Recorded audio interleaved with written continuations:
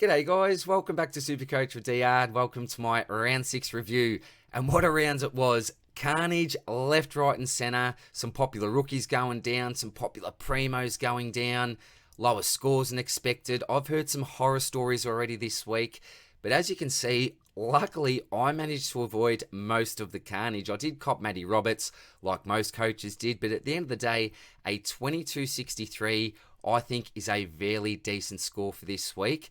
And all of a sudden, after being ranked at around 45k going into this round, I finish around the 22k mark. So just in the 1 week, I've managed to halve my season rank, which I'm absolutely stoked about. And look, for those people, and I've seen many tweets out there, it's time to delete team, season over, etc., etc. Believe me, I know how you're feeling, because after the first week of Supercoach, that was my attitude. But remember, there is a long way to go. It's a marathon, not a sprint. You can come back. I know that you can come back. Make sure that you trade well. Make sure that you've got your own strategy put in place. Don't just go with the crowd. You need to do what's best for your particular side. And look, the strategy that I've adopted over the last few weeks is to really focus on premium value. I'm not going for the big boys like your Olivers or even like your Tuke Millers this week. And wasn't that just an absolute tragedy? My favourite player in the comp, that doesn't play for the Lions, I was shattered for the bloke. Not from a Supercoach perspective, because I obviously don't own him, but I just love watching the man play. So if you brought him in this week, it was not a bad trade. Tuke was not a bad trade. It was bad luck. And unfortunately, that is the game that we play. You cannot predict injuries. So don't be too harsh on yourself if you did bring the trademark in this week. But look, going back to my strategy, it's why I selected Stewart over Dawson. It's why I went Cogs last week instead of Miller last week. In my personal circumstance, I really just want to focus on making sure that I can get to full premium by the end of the year, because if we look at our cash gen, it's pretty tough at the moment, isn't it? So we do need to make some sacrifices, and I'm glad that I really stuck fat to my strategy. I stayed disciplined. I really wanted to just say move a setters on for someone like a Tuke, but at the end of the day, I stuck fat to what I thought was the right thing to do, and short term, it's starting to pay off for me. So total score 12.798, season rank 22.256. I can live with that. Because as I said, I've had a pretty rough start to the season. So, it does go to show that having a glass half full attitude and approach to the game gives you a little bit of good karma, I think, as well. But look, I actually went up to Canberra this week with the family, so caught the Lions GWS game. That was absolutely fantastic. Great to see a win there, and I will actually be putting out a vlog video as well. It was a bit of fun, something a little bit different. I don't know how good my vlogging skills actually are, so I'll be keen to hear some feedback from you when that uploads during the week anyway. And a big apology, Spills and I did actually record the Swordplay poddy last week. I went to upload it before I went to Canberra. Didn't check it. Obviously, I was on holiday and didn't look at my YouTube or anything like that. And I've just come back a couple of days ago, got a message from Spills saying, "What's happened with the poddy, mate?" And for some reason, the upload got cancelled. So apologies for that. I may put it up, but it won't really be relevant. But if you want to hear us rabble on, have a bit of a laugh, then I might do that if there's enough people that want it. If not, we'll definitely make sure it gets uploaded this week. So look, I think I've probably said enough for the intro. As I mentioned before, and I'll keep saying this, if you had a tough week, if you're having a tough season, don't worry, your luck can change. Just make sure that you focus on some good trading and get your own strategy in place. But that's it for now, guys. Let's see how the team is actually looking.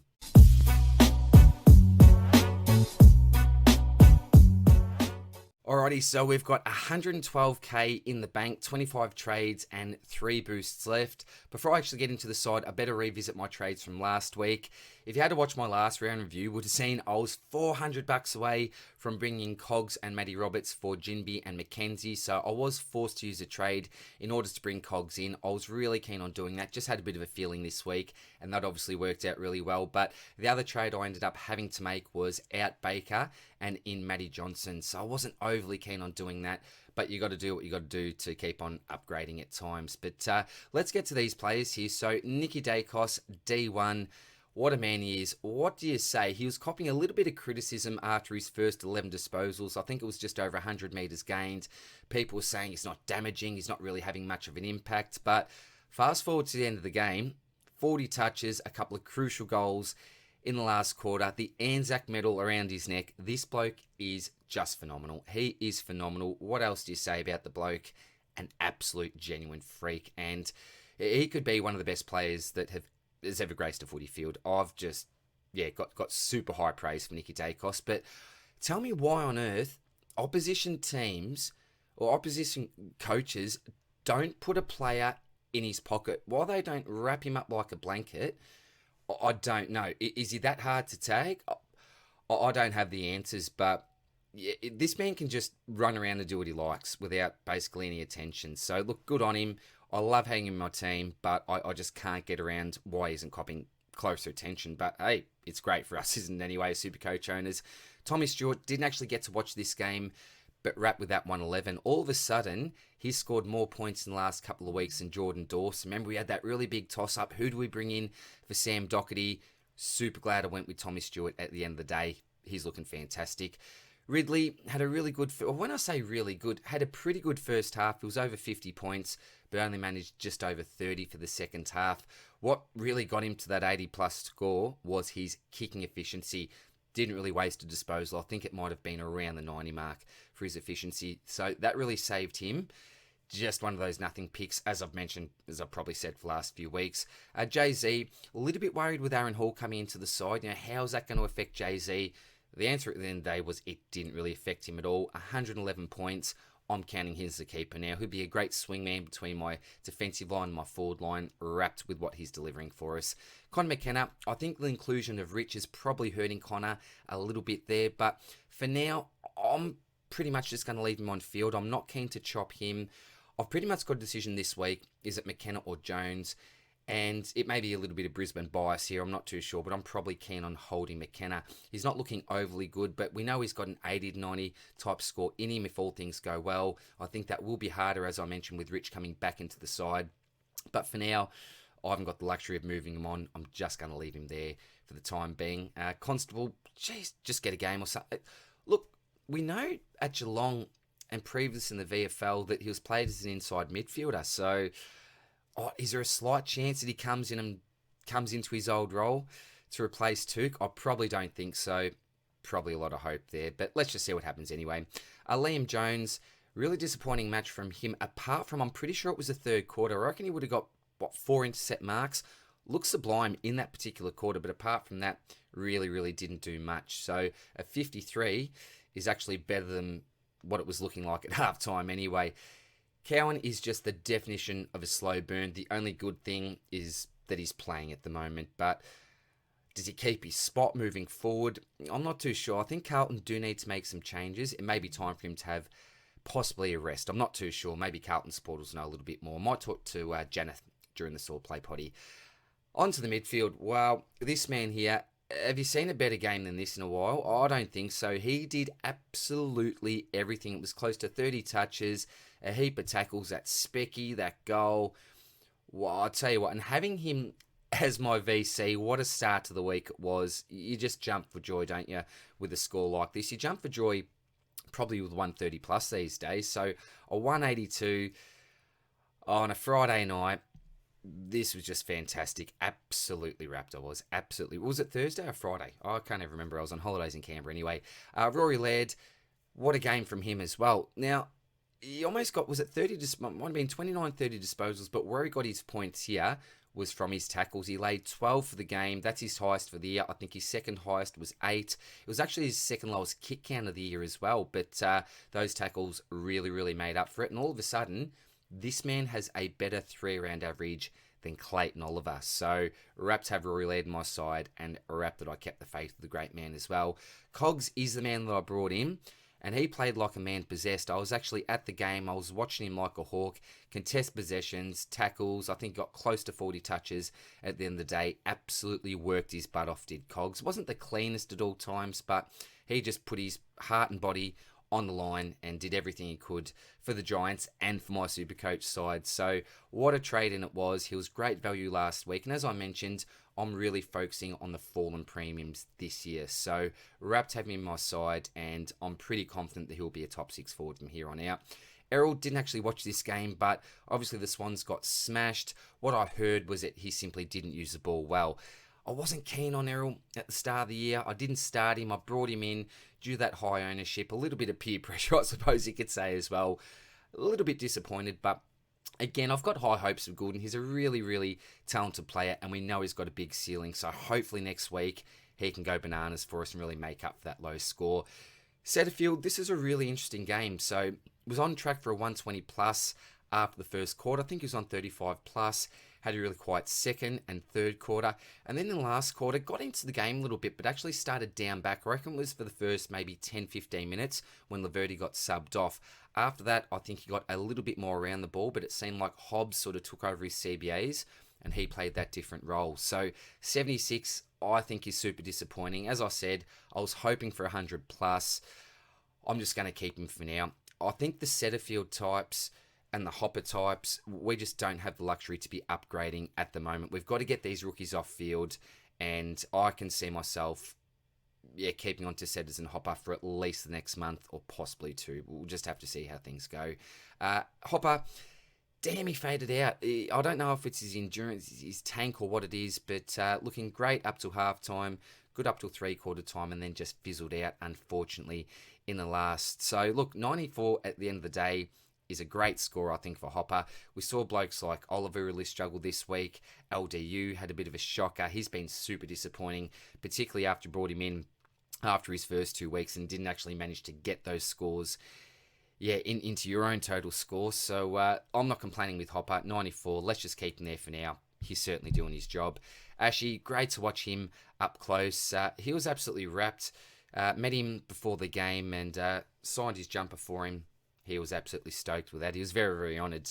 You probably won't get that unless you saw my tweet and JD's reply to that. So, great game from the young man. Look, 76 isn't anything to write home about, but he's got the role. He's just going to get better every week, I think. The Pepsi Max King, 39 points, was again a little bit disappointing. You could probably move him on, but with my team in particular, I've got Constable down here as that bit of a loop, and I'm pretty keen to keep on to the Pepsi Max King just so I can swing these two guys here. I think that is a really handy loop to have. So for now, I'm just going to leave him there. But if you need to trade someone out, and he's one of your main concerns in regards to cash gen, feel fine to flip him. But I love him. He's my favourite player. He's actually taken over from Jared Berry. So sorry, Bez, but how can you not love this man? Absolutely love Moddy. Tom Green obviously missed last week, so it'll be really great to have him back on the field again. Rouston, I still don't know how to pronounce his name, but I tell you what a super disappointing game from him. I think it was up to half time. He had like one touch, basically zero impact, and really lucky they had a couple of injuries because he would have been a prime sub candidate. So does he play next week? Does he hold his spot? I really don't know, but there's no way that you want to have this bloke on field. No way you want to have him anywhere near there. And Johnson, 35, a really low score. I tell you, I can't remember exactly what it was, but I remember I was almost through something at the hotel TV. It was the most ridiculous free kick against I've seen. I think he got paid against for holding the man. It was a clear holding the ball. So he loses 4 points instead of gaining 4 for a tackle, gaining a couple of points for a free kick, and then hopefully an effective disposal. So that 35, in my humble opinion, should have been a 50. He was absolutely ripped off there. I don't know if anyone else remembers the incident that I'm actually talking about, but if you can be bothered, go back and replay it, because I guarantee you it was an absolute howler of a decision. He got ripped off. But I tell you what, his Freo teammate, Mr. Shrek Darcy, yes, come on down, my man. This bloke is the informed ruckman of the comp, along with Tim English. Now, it was a huge test for him this week. We talked about the fact that he'd really beat up on some weak opposition rucks, but you're not going to get any tougher opposition, maybe arguably Big Maxi. But Tim English, as I mentioned, is a main man this year, the top scorer in SuperCoach. So the fact that Shrek managed to actually outscore English and get a 137 on him was absolutely phenomenal. And I now have all the confidence in the world with this pick. I really needed to see him score well against some good opposition. and he absolutely delivered in spades. He was doing everything he wanted to see. He was intercept marking, contested marking, shots for goal, hit outs to advantage, some nice contested disposals as well. I'm just super, super stoked with Shrek at the moment, and a very, very happy owner. Unfortunately, I'm not a happy Marshall owner, but we're all in the same boat, aren't we? It seems like we all are. Look, I talked about my focus really being on value, but it's going to be really, really tempting if Maxi can maybe have a decent week next week to even do... Oh, it's not going to be a sideways, is it? Or will it? Depending on how low Max goes, it may be a pretty cheap upgrade here. So that's something that I'll definitely be considering, because I really don't like having Marshall in my side. But in saying that, lots of coaches own him. We're all going through the pain. And given the fact that he's got that high ownership, he's not, a huge thorn in my side, because other people are dealing with it as well. But I'd love to move him on if I can. Extremely underwhelming season, not even averaging triple figures. So, yeah, don't like having Marshall on the side, but it is what it is. Josh Dunkley, a fairly solid game from him. I don't know if you realise on the TV, but when you watch him live, he just puts his body online consistently. He goes in so hard. I'll tell you what, he'd be hurting after each and every match. He just does everything he can for a team. He's a real team-orientated player. And look, he's not really delivering the scores that we're expecting from him. I thought he could be in the top 5 midfielders, for example, this season. It's not looking like that at the moment, but he's tracking along nicely. And again, similar to Marshall, we've all got him. So he's certainly not disappointing. 109 for the season, that's okay, but we probably want a little bit more. This bloke is giving us a lot more, isn't he? Timmy Taranto, I didn't think we'd see a 144 this year. I didn't think that he'd have a, we know we've seen big games from him before, but due to his ball use, I didn't think a game or a score like this would actually be possible. I thought maybe 125 to 130 might be his cap this year, but he's gone past that with a lovely 144. He must be close to our F1 if he's not. He probably is, or is it Cameron? I'm not too sure. But yeah, phenomenal game from Timmy. Connor Rozee didn't actually get to see this one, but it was a really nice bounce back from him. I think his break-even was right on 126, so I assume that he's just kept his price for this week. But can't really comment, didn't see the game.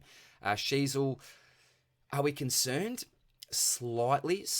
We thought that the addition of Hall may affect Jay-Z a little bit, and I obviously mentioned that didn't, but I think it may have affected Sheasel slightly, but there are other contributing factors to this. He was a little bit sore going into the game, had that thumb issue, and Holman was paying some pretty close attention to him. So it's the first time really this year in season where we've seen him cop a fair bit of attention, and he found it a little bit hard to deal with that. Now, what do they do from now on? Do they keep him down back or start him down back again next week? And then if he does cop any attention, maybe move him forward. I know that they tried him even around the ball at times last week. So, look, it is slightly concerning because I assume that opposition coaches may look to adopt the same strategy given the fact that it really negatively affected his game. But, look, how much it was that, how much it was Hall, I'm really not too sure. Are we still counting him as a keeper? Yeah, I don't know at this stage. But put it this way, unless we see, another couple of 50s in a row, he should be one of our last upgrades if we need to upgrade him at all. The Rat, 75 points after a couple of 88s. This is just fantastic. He's now over 305k and he's great ruck coverage as well. So really found his niche down back, and in my opinion, I think he's got extremely safe job security. I could not see him being dropped from the side. Matty Roberts, extremely disappointing with a 19. He was injured, but I couldn't even tell you how well he's playing before that. Obviously, not too well. We probably weren't expecting that down at the Catter anyway, but man, 19. After a 90-plus last week, what can you do about it? What can you do? Fergie, I did actually call this a few weeks ago. He's Hawthorn's best forward at the moment, and what I said he needed to do was just get his kicking boots on. If he can kick 2 to 3 a game, he should deliver some 65 to 70 type scores, and he's really done that for us in the last few weeks. And do we need the cash gen? I wouldn't call him a safe on-field option, but he's a realistic on-field option, I think, if you need to. And Van Rooyen, wow, extremely close from being subbed off. I think Goody mentioned it was going to be his next rotation. He was coming off, but then he clunked to mark and just dominated that last quarter, and was really responsible, in my opinion anyway, for Melbourne winning that game. He just looked absolutely phenomenal, and it's a great example to show that you're never out of the game. You know, all you need to have is a couple of good moments, and you can have a significant impact on the end result. So he was a prime example of that on the weekend. So look, all in all this week, I'm a pretty happy man. So let's get into the trades. I've pegged in this bloke for the last 2 weeks, and I'm very, very happy to finally be able to get him in. So look, who do we trade out here in regards to rookies? McKenna, you certainly could. I'm not, though. Constable, I just want to see him make a little bit of money, and I'm pretty keen to use him as a loop with Moddy at this stage. You've got Jones and Cowan, who are prime trade-out targets for me. We'll get Tommy Green back on field. I mentioned before Moddy, don't really want to trade him out. Rosnos certainly could, but 184k, he's made bugger all. Johnson obviously stays in.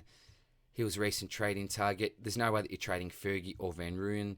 Roberts is definitely a trade out, I think. But again, are we best just to hold him for now because we're not making any money from him, and there's absolutely no way I'm trading Rat. I see him in my side for the rest of the year, to be quite honest, because he is my ruck cover at the end of the day. So this week, I think that the two blokes I am going to get rid of are Cowan and Jones. Now, Cowan has just been an extremely slow burn. We're getting 30s to 40s from him every week, and it's not really doing much for us, is it? Jones, now, what are we looking at here? Okay, this is interesting, isn't it? Is it my Brisbane bias? So I've got a break even of 28 here for Liam, and then 62 for Connor. So really, that probably tells me that I should get rid of McKenna. But I'm going to stick with my gut for now and get rid of Jones. This may change, you know. It's never set in stone at this time of the week. Cowan's gone as well. Just a slow burn. I'm a little bit sick of him. Now, I was actually keen on bringing in this bloke last week. But I thought it would be safer just to make sure he played well in his second game. 79 points from Seamus Mitchell. Come on down, my friend. Come on down. Welcome to DR's Rusty Spoons. And the other bloke I'm getting in is his Hawthorn teammate in Will Day. Complete those trades. Now, is Day going to be a keeper? The last game that I saw him play against Geelong, he looked absolutely sublime for me. He did everything that a good midfielder should be doing. He was hard at the ball. He tackled. He didn't use the ball overly well at times, but I don't think the conditions were terrific either. My only slight concern is the fact that Warple has also been playing pretty well. Will they want to change the formula? I'm really not too sure, but surely with the form that Day was in, he slots right back in there. I made a YouTube short early on the pre-season that there was news that he was going to be a full-time midfielder. That was mentioned to him in his exit meeting the previous season. Sammy Mitchell told him that he sees him as a full-time midfielder coming into this season, and that's certainly what we saw in the last couple of weeks when he was actually in the side before he got rubbed out. So I think that he will be a keeper. It may be a big call when you've got, you know, your Sicilies, your Dawsons, your Sinclairs that I don't have. And that may be a reason why you don't like Will Day in my side at the moment. Look, Zeeble can always be moved up forward. Ridley, I'd love to move him on, you know, with a bit of a luxury trade if I could. So, look, there may possibly be a couple of spots for a Sinclair, Sicily and a Dawson. I'm really keen on finalising my defence if I keep Zeeble down here with Jordan Dawson, but again, it could be a Sinclair, it could be somebody else. But I'm more keen on Will Day this week than I am on James Sicily. That call may come to bite me in the bum, but I'm just such a massive fan of Will Day. Massive fan of him. So I am hoping that he's going to continue on with that great form. So yeah, that's pretty much the side, guys. So let's see what we're going to do this week in regards to who's going to be playing on field. So yes. Actually, Mitchell. Who are they playing? So they're playing the Dogs. I wouldn't actually mind getting him on. All right, so let's see what we can do with some DPP here. What I might do is I might actually bring Will Day into the midfield. Let's see if I can play around here. Get Moddy off. Get Mitchell on. We'll get Goulden for Roberts maybe. Get him up there. Roberts Day. Yeah, so playing Mitchell. And this is the great thing about DPP as well.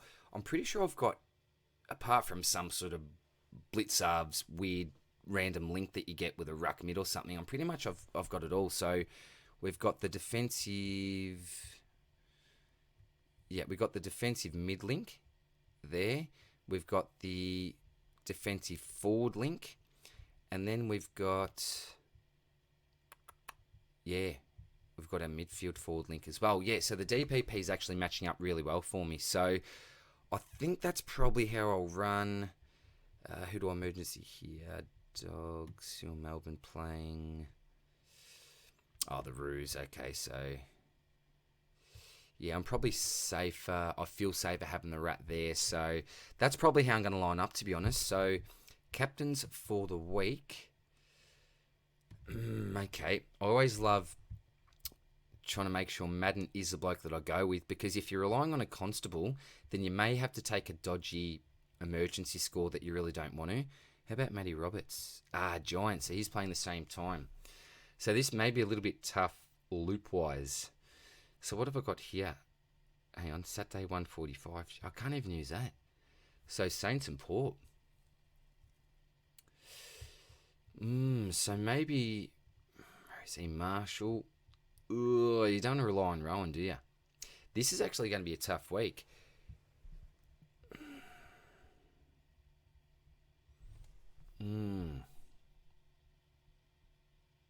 Alright, so you got Laird playing Collingwood. You got Dacos as well. I don't reckon Collingwood are going to tag. Adelaide finally going to tag Nicky D? I'm not too sure. I'd love to be able to go Bont into Laird. That'd probably be my ideal setup. Nash will probably go to Bont, won't he? But can you stop him? I don't know if you can even stop him at the moment. I'll have to think my captains. I haven't really thought about that yet. But that's probably a discussion I'll have in the poddy with Jonathan and Spills. We're going to record tomorrow night as well. Look, I think that's probably it for this week, guys. I'll obviously be coming out with the stocky as well. I haven't watched all the games, so I don't even know if I'll get time to go back and watch them. So I may have to message a couple of legends to get some of their viewpoints on particular players. I hate doing that. I love watching the games. I watch every game of the week myself and write my own notes, because I like to base the stocky or the notes on my stocky off my own opinions, not necessarily what others see and view. But possibly for this week, I may need a little bit of help, community. So I might even put a post up on Twitter with the games that I didn't watch. And if you're willing to help me out a little bit this week with some particular players from the games that I missed, that would be much appreciated. I may even use your comment as a script in my stock market and obviously give you a big shout out for that. So I might put out a post on Twitter in the next day or two. It just depends on how time poor I am, because I'm obviously back at work now, no more holidays. But I have rambled and rambled on for this round review. It happens, I think, when you have a better week, doesn't it? But that is it for now, guys. Hope you had a good week. If not, jump back on the horse, stay positive, and make sure that you think really carefully about what trades you're going to make this week, because it could have a big impact on the rest of your season. So all the best, guys. Take care, and I'll see you soon for the Swordplay podcast. Take care. Bye.